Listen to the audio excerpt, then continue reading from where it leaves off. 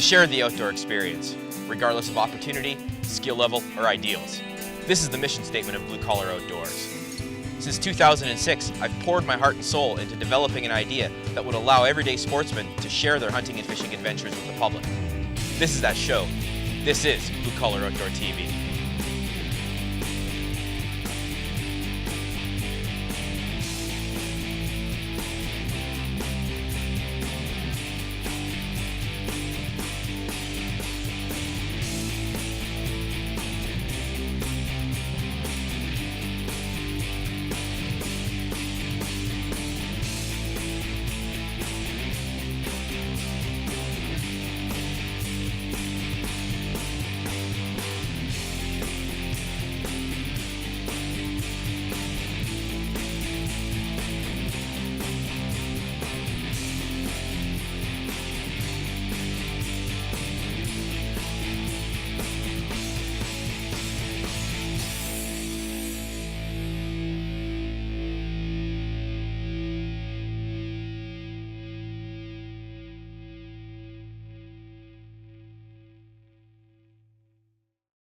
Thank you for watching this episode of Blue Collar Outdoor TV, folks. I'm your host, Ryan Yaskew.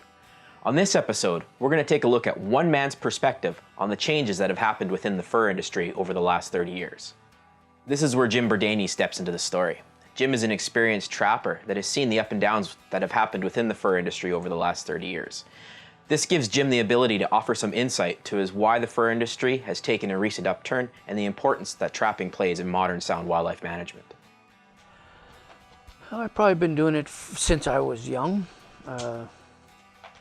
12, 14 years old, I guess. I remember carrying beavers out of the river, but mostly it's beavers, nuisance animals. Now that we're into farming, it's coyotes and wolves and bears, so we protect our calves and stuff like that. But yeah, then I do some marten, fisher. But mostly it's coyotes, beavers that flutter hayfields, stuff like that. Yeah, well, I guess you have to manage all resources, and like right now, the timber wolves and the coyote population is exploding. So the duck mountains, they've closed the moose in the ducks, so there's no hunting now for 5 years, and it's. I guess it's mostly because of the timber wolves, the high population of timber wolves, and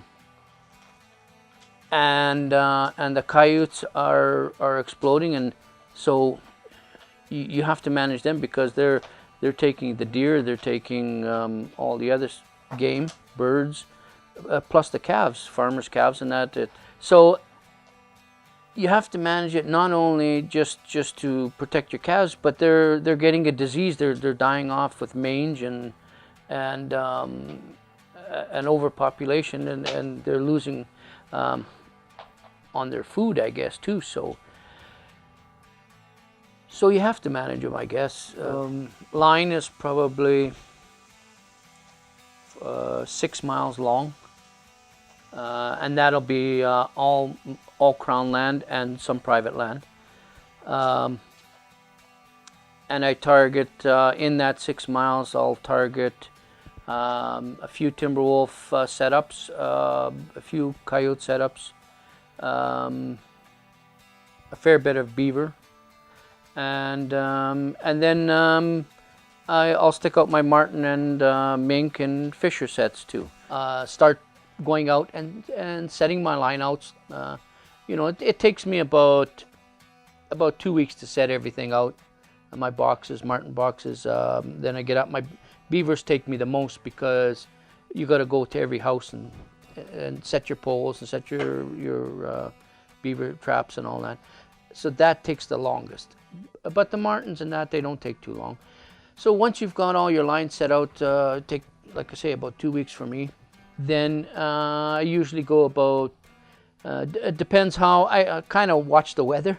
So if it's a storm, I will check before a storm. And then once the storm blows through and everything, then I usually go after a storm, rebait, recheck, pick up whatever furs you did catch or however it goes.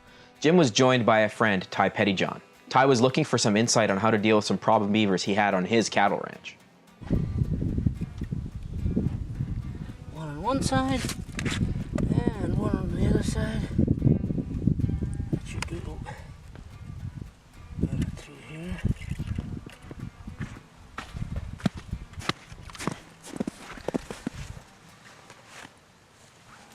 I'll slick on the camera either. Yeah, it'd be so muddy. After setting the beaver sets, we carried on down the trap line. The day was amazing weather-wise, and a very successful one for Jim. Oh, you got your bait, but... Somebody knocked my trap out and didn't fire it. So what would do that? What would knock the trap out and didn't squirrel fire it? maybe. You want some bait? Yeah. Squirrel or do you want the big piece? I'll put both of them in. Okay. And that's a trap set for what? Martin. Martin? Yeah.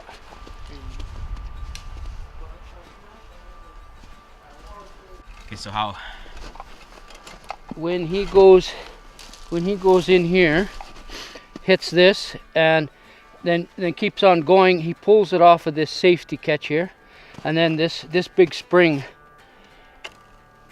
springs out, and within about 10 seconds he's dead. So Pretty quick. it's very fast, yeah. And that's a power snare. Yeah, and this is what we're legal to use. One piece of bait, yeah. Yeah, little weasel. What I want to do is I want to lift this one off the ground higher. Okay. Because the scrappy mice and stuff.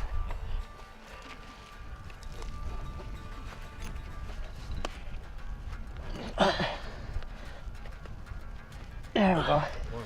Okay, one. Let's see if I can get this one.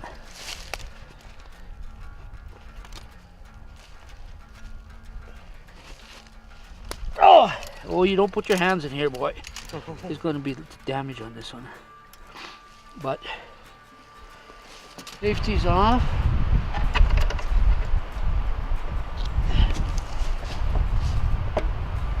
Where do you want this tied to?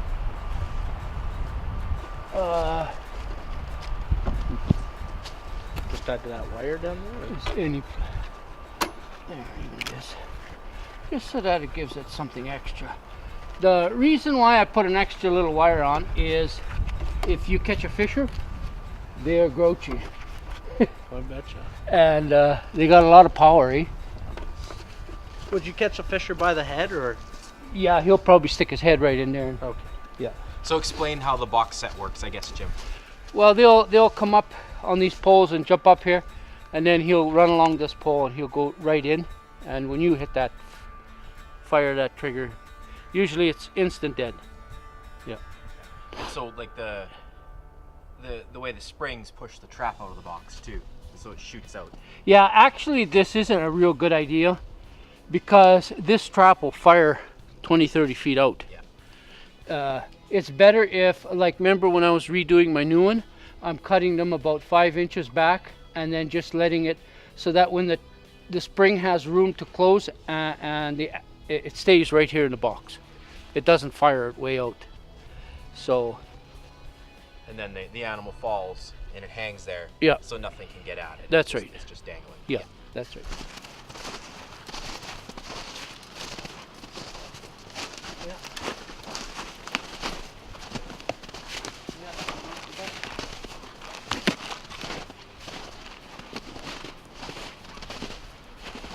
Yeah, this one's okay. No damage to it, no nothing. Nice. It looks like a younger one though. Yeah. Young Martin. And we still got bait, so I'm good with this one. It's got something in its mouth too. I'm going to maybe just switch the trap here because I don't want to pry it off the fur. Okay. When it's cold. Yeah.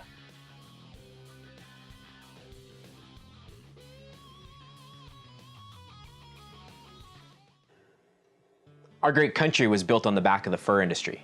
Demand for beaver pelts in England for hats prompted an exploratory surge into the very heart of Canada. Using waterways as highways, the voyageur expanded commerce into Canada with both First Nation tribes as well as white settlers who came to try their shot at making a living here in Canada. While the beaver hat craze ended, the demand for fur certainly did not. There was a bustling fur trade here in Canada until the late 80s, when anti-fur propaganda groups all but collapsed the market. Things carried on this way till about 10 years ago, where we started to see a marked increase in both fur demand and prices. Jim offered his perspective on why we've seen this increase. People that, the general population didn't like the old style foot traps and stuff like that. So that's when the fur prices had dropped pretty bad. So the fur market went real bad. And then that's when the Canadian government and I think all around the world, they started changing to the more humane traps, which kill just about instantly now. And the old style traps, we can't use them anymore. They're banned. So now everybody's into the humane traps and stuff like that. So I think more and more of the population accept it better because of the humane traps and stuff like that, and the animals don't suffer. So now, with the use of these traps, now the fur prices, people, like I say, people accept it more. They're better, more humane trapped and all that. And the fur prices have bounced back a little bit. Not right maximum, but the prices did bounce back, and it's not bad. The coyotes are pretty good price, and muskrats are really good. Beavers come back. Beavers, not too bad, but raccoons are still low, but there's lots of them too. So yeah, I think more people accept it, and I think they know it's a renewable resources, just like wood or trees and all that. So they accept it. I think it's a lot more people like it. Since the coyotes have population has exploded. I've been setting up in the yard here and just shooting them in the yard to protect the calves and that. And last couple years, maybe there'd be 7 or 10 coyotes. This year the population is so high, I've shot already 17 out of the house, and we've lost 1 calf, I think, this year. And we just started our calving season. You bring them home and get them into the skinning shack and start working on them and put them on the stretchers and get the fur and comb them all out, wash them, comb them, and make them presentable. After Jim skins and washes the animal, he then scrapes all the excess fat and flesh off the skin. This will help preserve the fur, as any leftover flesh will help create the perfect environment for bacteria to flourish, thus decomposing the skin. Jim then sews any holes up in the hide to increase the fur's value. Then he stretches the hide on a wooden stretcher, being careful not to overstretch it, as this will decrease its toughness and then subsequently decrease the fur's value at auction.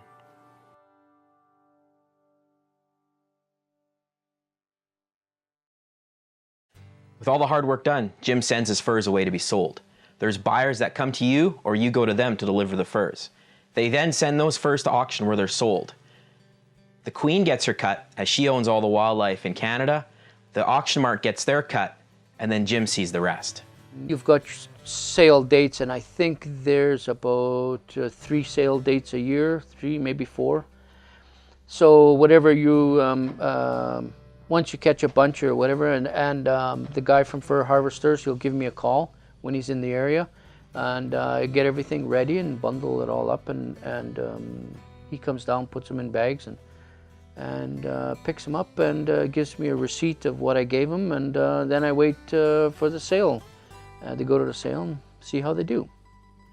As far as trapping, yeah, I'll probably do it, you know, keep doing it. Just something to get out in the winter and make the winter months shorter and stuff like that. You see nature, you kind of enjoy it all. I'm not a person that sits on the couch and sit in the house and play the video games, so I go out and I do that. And as far as the trapping goes, I think Nowadays with the video and the shows and the TV shows and the magazines and all this that's going on, I see it continuing, and I think I see more people, getting out and looking for something more different to have to do in the outdoors and have fun. I think it's going to keep going, and because of the video, because everybody sees it and wants to try it and get out. Yeah, I think it'll keep going. There you have it, folks. A quick look into modern day trapping techniques and rationale. I'd like to thank Jim for letting me tag along on the trap line with him. I'd like to thank you all for watching this episode, folks. Until next time, take care.